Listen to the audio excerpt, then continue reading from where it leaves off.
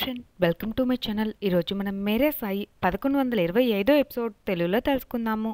వ్యక్తి చాలా ఆవేశంగా ఎద్దుల బండి నడిపే వ్యక్తిని ఇప్పుడు ఈ సమయంలో ఈ యొక్క బండి చక్రం విరిగిపోయింది. ఇప్పుడు నా కుమార్తెకి ఏదైనా జరిగితే ఎవరు సమాధానం చెప్తారు, ఎవరు బాధ్యత వహిస్తారు అని చాలా ఆవేశంగా తిడుతూ ఉంటారు. రేపు వృద్ధ జంట ఒక చెట్టు కింద కూర్చొని బాధగా ఏడుస్తూ ఉంటుంది. ఇంతలో అక్కడికి చేరుకున్న సాయి, ఏమిటి మీరు ఇంకా ఇక్కడి నుంచి వెళ్ళలేదా? మీరు వెళ్ళి మీ అమ్మాయి వివాహానికి ఏర్పాట్లు చేసుకోవాలనుకున్నారు కదా అనగా వెంటనే వారు, సాయి, ఏ విధంగా ఏర్పాట్లు చేసుకోగలం మేము అని అంటారు. ఇంతలో సాయి, అయినా మీరు ఏడవడానికి గల కారణం ఏమిటి అని అడుగుతారు. ఇంతలో మరోవైపు ఖండోబా స్వామిని ఆ వ్యక్తి, స్వామి, చాలా తక్కువ సమయం ఉంది, ఇప్పుడు ఏం చేయాలో కూడా నాకు అర్థం కావడం లేదు. నా కూతురి జీవితం క్లిష్ట పరిస్థితిలో ఉంది. నాకు చివరి అవకాశంగా మిమ్మల్ని మనస్ఫూర్తిగా కోరుకుంటున్నాను.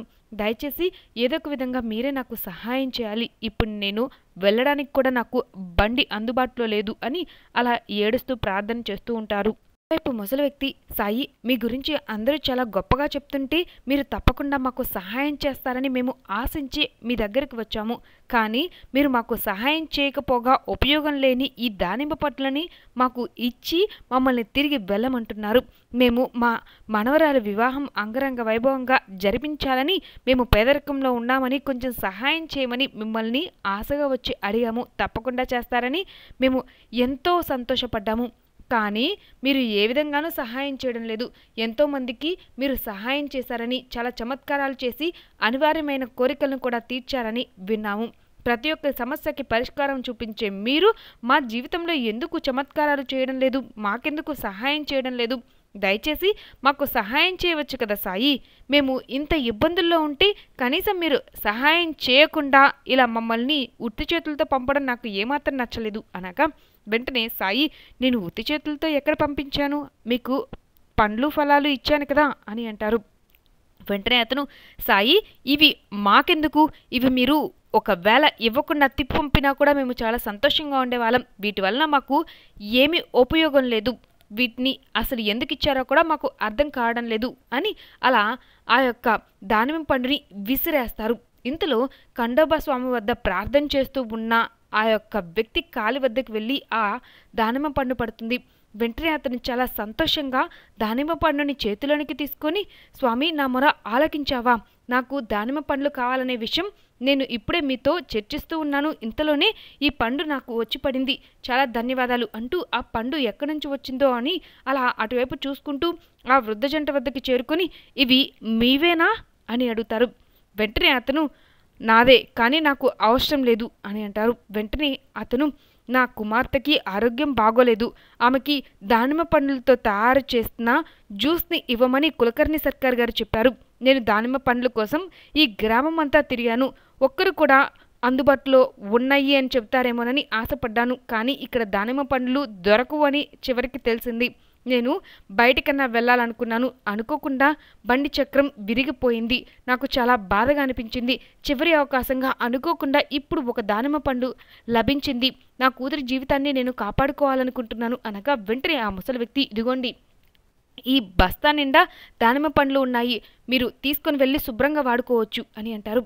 వెంటనే అతను చాలా సంతోషంగా, నాకు ఇప్పుడు ఏ విధంగా మీకు ధన్యవాదాలు చెప్పాలో కూడా అర్థం కావడం లేదు. నా కూతురికి మీరు కొత్త జీవితాన్ని ప్రసాదించారు. మీకు నేను పూర్తిగా ఏది కావాలంటే అది సహాయ రూపంలో అందజేయడానికి సిద్ధంగా ఉన్నాను అనగా ఇంతలో సాయి, చూడండి, వీళ్ళ మనవరాలు వివాహం చేయడం కోసం వీళ్ళు నన్ను ఆశీర్వచ రూపంలో వాళ్ళు వచ్చి ఆశీర్వాదం ఇవ్వమని చెప్పారు. నేను వీరికి ఆ దానిమ్మ పండ్లని ఇచ్చాను.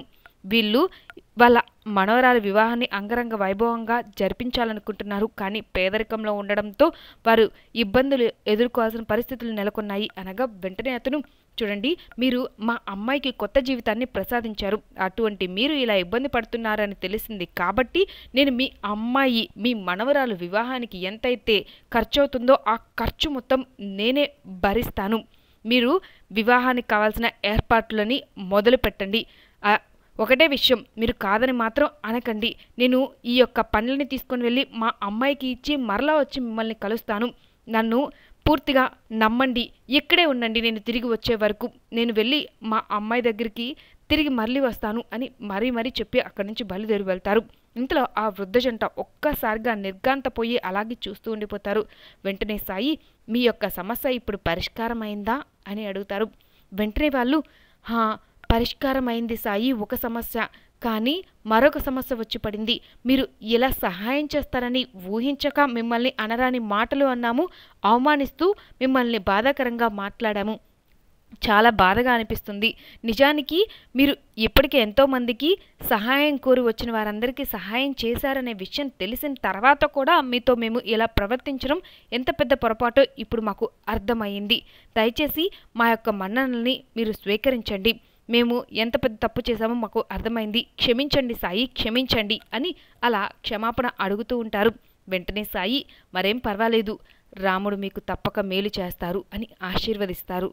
రేపు వంటగదిలో తేజస్ని వంట చేస్తూ ఉండగా ఇంతలో అక్కడికి కేశవ్ చేరుకొని, ఏమిటి ఇంత చెమట ఎక్కువగా పట్టింది, నేను నీకోసం ఈ కిటికీలు తెరుస్తాను, కొంచెమైనా చల్లబడుతుంది అనగా వెంటనే ఆమె, చూడండి, ఇప్పుడు ఈ కిటికీలు తెరవడం అంత శ్రేయస్కరం కాదు. ఎందుకంటే పక్కనే బట్టలు తయారు చేసే మిల్లు ఉంది చూసారా, అక్కడి నుంచి ఇక్కడికి పొగ వస్తుంది. దానివల్ల విపరీతమైన కలుషితం వచ్చే ప్రమాదం ఉంది. కాబట్టి మీరు ఈ యొక్క తలుపులు ఎట్టి పరిస్థితుల్లోనూ తీయకండి. ఇప్పుడు కూడాను వెళ్ళి కూర్చోండి, మీకు నేను భోజనం వడ్డిస్తాను, పిల్లవాడిని కూడా చేతులు కడుక్కోమని చెప్పండి అయ్యా. వెంటనే అతను అలాగే అని కొంత సమయానికి అలా అందరూ కలిసి భోజనం చేయడం మొదలు పెడతారు.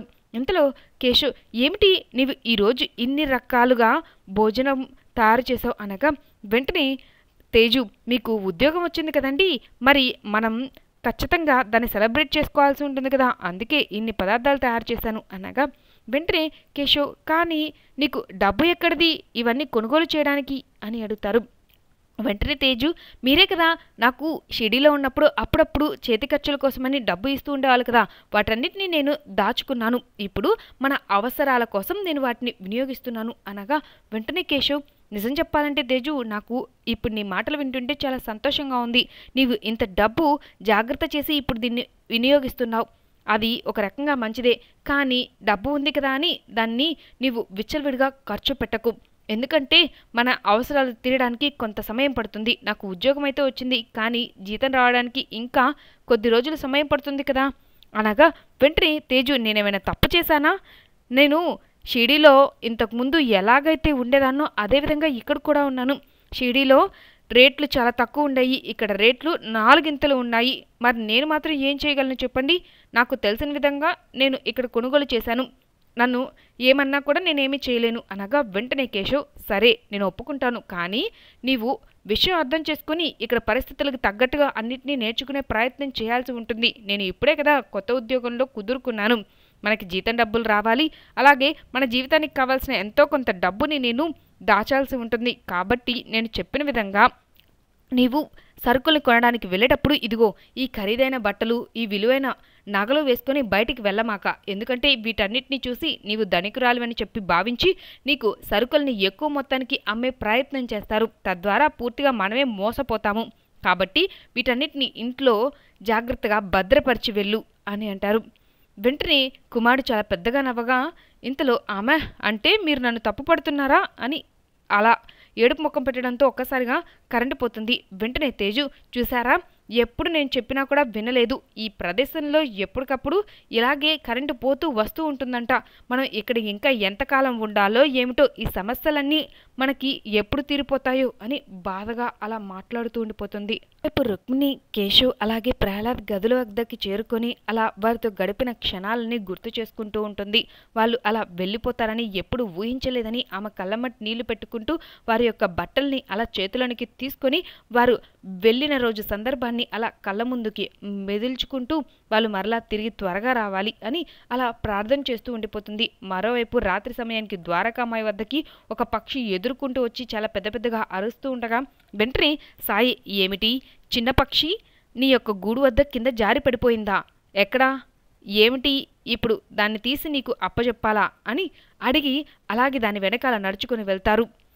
రేపు తేజస్వి ఏమండి మీకు ఉద్యోగం వచ్చింది కదా, ఏ కంపెనీ, అలాగే ఆ యొక్క కంపెనీలో మీ పని ఏమిటి అనేది నాకు కొంచెం తెలియపరచరా అని అడుగుతుంది. వెంటనే కేశవ్ విషయం ఏమిటి అంటే ఇప్పుడు ప్రపంచ యుద్ధాలు జరుగుతూ ఉంటాయి కదా, ఆ ప్రపంచ యుద్ధాలకి కొంతమంది సైనికులని పంపిస్తూ ఉంటుంది ఈ యొక్క కంపెనీ. వీరికి కావాల్సిన డబ్బు, ఆహార పదార్థాలు అలాగే ఇతర సామాగ్రి అంతా ఈ కంపెనీ వాళ్ళు ఇక్కడ నుంచి సరఫరా చేస్తూ ఉంటారు. దానికి సంబంధించిన విభాగంలో లెక్కలన్నింటినీ నన్ను చూసుకోమని చెప్పి అధికారి గారు నాకు తెలియపరిచారు. అదే నా యొక్క పని. నేను అక్కడ ఉండి జాగ్రత్తగా అకౌంట్స్ చూసుకుంటూ లెక్కలన్నింటినీ అతనికి ఎప్పటికప్పుడు తెలియపరుస్తూ ఉండాల్సి ఉంటుంది. వాళ్ళకి కావాల్సిన ఆహార పదార్థాల్లో అలాగే మిగతా వస్తువులు వాటన్నిటిలోనూ ఎటువంటి కొరత రాకుండా జాగ్రత్తలు తీసుకోవాల్సి ఉంటుంది. ఆంగ్లేజీ ప్రభుత్వం వారి కింద ఈ పని చేస్తున్నాము కాబట్టి ఎప్పటికప్పుడు తగు జాగ్రత్తలు తీసుకుంటూ ఉండాల్సి ఉంటుంది అని అలా మాట్లాడుకుంటూ ఉండేసరికి ఇంతలో అలా బయట నుంచి చాలా పెద్ద అలికిడి వినిపిస్తుంది. ప్రహ్లాద్ ఒక్కసారిగా ఉలిక్కిపడి పైకి లెగుస్తారు. వెంటనే నువ్వేమీ కంగారు పడవలసిన అవసరం లేదు, మేము ఇక్కడే ఉన్నాం కదా, పడుకో అని చెప్పి నెమ్మదిగా సర్ది చెబుతారు. వెంటనే తేజస్వి చూడండి, పిల్లవాడు అలా నిద్రపోతున్నాడో లేదో, ఇటువంటి అలికిళ్ళు రావడం వలన ప్రతిరోజు వీడు ఇలాగే నిద్ర లెగుస్తున్నాడు, ప్రశాంతంగా కూడా నిద్రపోలేకపోతున్నాడు మనం ఇక్కడ ఉండడం వలన అనగా వెంటనే కేశవ్ తప్పదు, మనం కావాలని ఇక్కడికి వచ్చాము కాబట్టి కొన్నిటిని భరించాల్సి ఉంటుంది అని అలా మాట్లాడుకుంటూ ఉంటారు. మరోవైపు అలా రుక్మిణి ఏమీ చెయ్యలేక కేశవ్ నీవు దూరంగా ఉన్నప్పటికీ కూడాను సంతోషంగా ఉన్నావని నేను అభిప్రాయపడుతున్నాను, నీవు ఎప్పుడూ సుఖ సంతోషాలతో ఉండాలనేదే నా కోరిక అని అలా ఆమె చెబుతుంది. మరోవైపు సాయి కింద పడిపోయినా ఆ యొక్క చిన్ని పిచ్చుకని చేతిలోనికి తీసుకొని ఇప్పుడు నీవు చాలా జాగ్రత్తగా ఉండాల్సి ఉంటుంది, నీవు అన్నిటినీ నేర్చుకుంటూ ఉంటావు కదా, తగు జాగ్రత్తలతో నీవు ఎగిరే ప్రయత్నం చేయాల్సి ఉంటుంది, ఇలా ఎప్పుడు పడితే అప్పుడు కింద పడిపోతే నీ తల్లి కంగారు పడుతూ ఉంటుంది అని అలా చెప్పి దాని యొక్క తల్లితో చూడు, నీవు కంగారు పడవలసిన అవసరం లేదు, సహజంగా నీకు కంగారు అనేది ఉంటుంది, ఇది గూడు నుంచి బయటికి వెళ్ళేటప్పుడు ఇలా ఎగరడం నేర్చుకునేటప్పుడు సహజంగా అవి ఇలా కింద పడుతూ ఉంటాయి, ఎన్నిసార్లు కింద పడితే అన్ని ప్రయత్నాలు అది చేసినట్టు, ప్రయత్నం చేయగా చేయగా దీనికి తప్పకుండా ఫలితం అనేది లభించి తీరుతుంది, కాబట్టి జాగ్రత్తగా ఎప్పటికప్పుడు నీవు దీన్ని ప్రోత్సహిస్తూ దీనికి తగు జాగ్రత్తలు చెప్పి బయటికి పంపిస్తూ ఉండాల్సి ఉంటుంది అని అలా సాయి దానితో మాట్లాడి దాన్ని మరలా తిరిగి గూడుకు చేరుస్తారు. రేపు కేశవ్ని ఆ యొక్క ప్రదేశం వద్దకు తీసుకొని వెళ్ళి ఇదిగో ఇప్పటి నుంచి నీవు అకౌంట్స్ లెక్కలు అన్నీ ఈ ప్రదేశంలోనే చూసుకోవాల్సి ఉంటుంది, సైనికులకి పంపవలసిన సామాగ్రి అంతా ఈ యొక్క గదిలోనే భద్రపరిచి ఉంటారు, ఇక్కడ నుంచి చాలా విలువైన వస్తువులు, హెల్మెట్స్, వారికి కావాల్సిన ఆహార పదార్థాలు, ఇక ఇతర తుపాకీలు మిగతావన్నీ ఇక్కడే భద్రంగా ఉంటాయి, నీవు ఎప్పటికప్పుడు ఇక్కడికి ఎంత సామాగ్రి వస్తుంది అలాగే ఇక్కడ నుంచి ఎంత సామాగ్రి బయటకు వెళ్తుంది అనేవి సరైన సమాచారాన్ని మాకు అందపరచాల్సి ఉంటుంది, నీవు చాలా జాగ్రత్త వహించాల్సి ఉంటుంది, ఎందుకంటే ఇంతకుముందు ఇక్కడ పెట్టిన వాళ్ళు చాలా తప్పులు చేశారు కాబట్టి నీవు చాలా జాగ్రత్తగా ఇక్కడ తప్పులు తడకలు జరగకుండా నీవు మాకు విషయాన్ని అందుపరుస్తూ ఉంచాల్సి ఉంటుంది అని అక్కడి నుంచి వాళ్ళు వెళ్ళిపోతారు. కేశవ్ అక్కడ ఏమేమి వస్తువులు ఉన్నాయా, ఎంత సామాను ఉందా అని చెప్పి అలా చూడడంలో నిమగ్నమవుతారు. రేపు సాయి ఒక మేకకి అలా వేప ఆకు తినిపిస్తూ ఉండగా ఇంతలో పిల్లలు సాయి మీరు వీటికి వేపాకు ఎందుకు తినిపిస్తున్నారు, అవి చాలా చేదుగా ఉంటాయి కదా, అసలు ఇవి తినలేక చాలా ఇబ్బంది పడతాయి కదా అనగా వెంటనే సాయి చూడు ఇవి తినడానికి ఇబ్బంది పడినప్పటికీ కూడాను లోపల ఆరోగ్యం చాలా సురక్షితంగా ఉంటుంది, లోపల ఉన్న పురుగులు అవేమీ ఇబ్బంది కలగకుండా ఇవి చాలా సంతోషకరమైన జీవనాన్ని పొందగలుగుతాయి అనగా వెంటనే వాళ్ళు కానీ సాయి అసలు లోపల బయట బాహ్యం ఇలా రెండు వ్యత్యాసాలు ఉంటాయా జీవుల్లో కూడా అని అడుగుతారు. వెంటనే సాయి నాతో పాటు రండి మీకు అర్థమయ్యే విధంగా వివరిస్తాను అని ద్వారకామాయిలోనికి తీసుకొని వెళ్తారు. రేపు మేనేజర్ శ్రీనివాస్ అలా గోడాములోనికి వెళ్ళగా ఇంతలో త్వరగా వస్తువులన్నింటినీ జాగ్రత్తగా భద్రపరచు అని చిన్న అలికిడితో మాటలు వినిపిస్తాయి. వెంటనే అతను అలా పక్కకి తొంగి చూస్తారు. ఒక ఇద్దరు వ్యక్తులు లోపల ఉన్న తుపాకీలు అలాగే కొన్ని రకాల బాంబులు మిగతా సామాగ్రి అంతా అలా జాగ్రత్తగా అట్టపెట్టెల్లో పెడుతూ ఇవి ఎవరికి కనిపించకుండా ఎవరికి అనుమానం రాకుండా అన్నిటినీ మనం జాగ్రత్తగా బదిలీ చేయాల్సి ఉంటుంది, వీటన్నిటినీ చెప్పిన విధంగా శ్యామ్ గారి కారులో పెట్టండి అని మాట్లాడుకుంటూ ఉంటారు. వెంటనే శ్రీనివాస్ వారి దగ్గరికి వెళ్ళి అలా చేతులు వేయగా వాళ్ళు ఒక్కసారిగా ఉలిక్కిపడి మీరా, మేము అనవసరంగా కంగారు పడిపోయాము ఇంకా ఎవరైనా వచ్చారేమో అని, అయినా మీరేమిటి ఇలా సడన్గా వచ్చారు, మాకు ఎంత భయం వేసిందో తెలుసా అనగా వెంటనే శ్రీనివాస్, చూడండి మీరు చాలా జాగ్రత్తగా ఉండాల్సి ఉంటుంది. ఇప్పటి నుంచి మీరు ఎలా పడితే అలా నిర్లక్ష్యం వహించారు అనుకోండి మన యొక్క గుట్టు రట్టయిపోతుంది అనగా వెంటనే వారు, అయినా శ్రీనివాస్జీ మనం గత కొద్ది సంవత్సరాలుగా ఈ పని చేస్తూనే ఉన్నాము, విషయం ఎలా బయటకు వస్తుంది? ఎవరైనా మనల్ని బయట పెట్టగలిగారా? లేదు కదా. మీరు అనవసరంగా కంగారు పడుతున్నారు. మీరు ఒక మంచి ఉన్నతమైన స్థాయిలో ఉన్నారు. మరి అటువంటప్పుడు మనల్ని ఎవరు మాత్రం ఏం చేయగలుగుతారు చెప్పండి? అనవసరంగా మీరు కంగారు పడవద్దు. ఇక్కడ సమాచారం బయటికి ఎట్టి పరిస్థితుల్లోనూ వెళ్ళబోదు అని అంటారు. వెంటనే శ్రీనివాస్, అది నిజమే, కానీ మనం కూడా ఎప్పటికప్పుడు తగు జాగ్రత్తలు వహించాల్సి ఉంటుంది అనిగా ఇంతలో వాళ్ళు, చూడండి మీరు కంగారు పడకండి, అంతా శ్రేయస్కరంగానే పనులు పూర్తయిపోతాయి అని వాళ్ళు అలా మాట్లాడుకుంటూ ఉండిపోతారు. ఇంతటితో ఎపిసోడ్ కంప్లీట్ అయింది. మీకు ఈ వీడియో నచ్చినట్టయితే లైక్ చేయండి, సబ్స్క్రైబ్ చేయండి, మరిన్ని వీడియోస్ కోసం బెల్ ఐకాన్ క్లిక్ చేయండి. Thank you.